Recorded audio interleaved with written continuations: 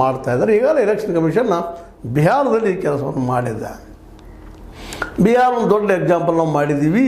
ಮತ್ತು ಅನರ್ಹ ಮತದಾರನ ಕಿತ್ತು ಹಾಕಿದ್ದೀವಿ. ಈ ಅನರ್ಹ ಮತದಾರರು ಯಾರ? ಸ್ವತಂತ್ರವಾದ ಮೀಡಿಯಾಗೆ ಬೇಕಾಗಿರುವುದು ಸ್ವತಂತ್ರ ಧ್ವನಿ. ಆ ಸ್ವತಂತ್ರ ಧ್ವನಿ ಉಳಿಸಲು ನೀವು ಮಾಡಬೇಕಾದದ್ದು ಇಷ್ಟೇ. ಅದೇನಪ್ಪಾ ಅಂತಂತಂದ್ರೆ ನಿಮ್ಮ ಕೈಲಾದಷ್ಟು ಸಹಾಯ ಈ ಚಾನಲ್ಗೆ ಮಾಡಿ ಹಾಗೂ ನಿಮ್ಮ ಧ್ವನಿಯನ್ನು ಕಾಪಾಡಿಕೊಳ್ಳಿ.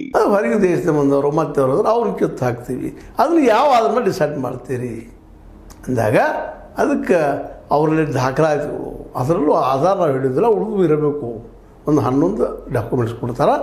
ಕೊನೆಗೆ ಇದರಲ್ಲಿ ಸುಪ್ರೀಂ ಕೋರ್ಟ್ ಎಂಟ್ರಾಗೆ ಇಲ್ಲ ಆಧಾರ ನೀವು ತೊಗೊಳ್ಳೇಬೇಕು ಆಗಿರ್ತದೆ ಅಂತ ಹೇಳಿದ್ರು ಸಹಿತ ಎಲೆಕ್ಷನ್ ಕಮಿಷನ್ ತೊಗೊಂಡಿಲ್ಲ. ಹೀಗಾಗಿ ಅದು ದೊಡ್ಡ ವಿವಾದ ಆಗಿದ್ದೂ ಇಲ್ಲಿ ಯಾರೂ ಮರೀಲಿಕ್ಕೆ ಸಾಧ್ಯ ಇಲ್ಲ.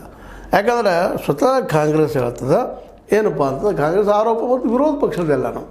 ಅದರಲ್ಲೂ ಮುಖ್ಯವಾಗಿ ಇವತ್ತು ನಮ್ಮ ವೆಸ್ಟ್ ಬೆಂಗಾಲ್ದಲ್ಲಿ ನಡೆದಿರೋದು SIR.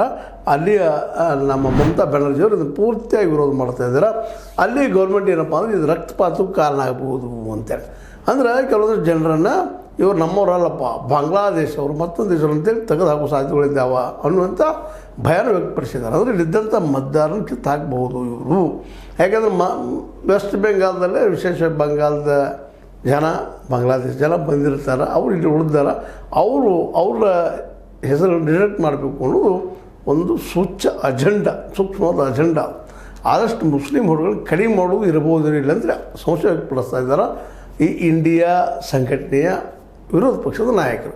ಹೀಗಾಗಿ ಈ ಒಂದು ವೆಸ್ಟ್ ಬೆಂಗಾಲ್ದಲ್ಲಿ ಏನಾದರೂ ನೀವು ಅಂಥ ಕೆಲಸ ಮಾಡಿದ್ದಾರೆ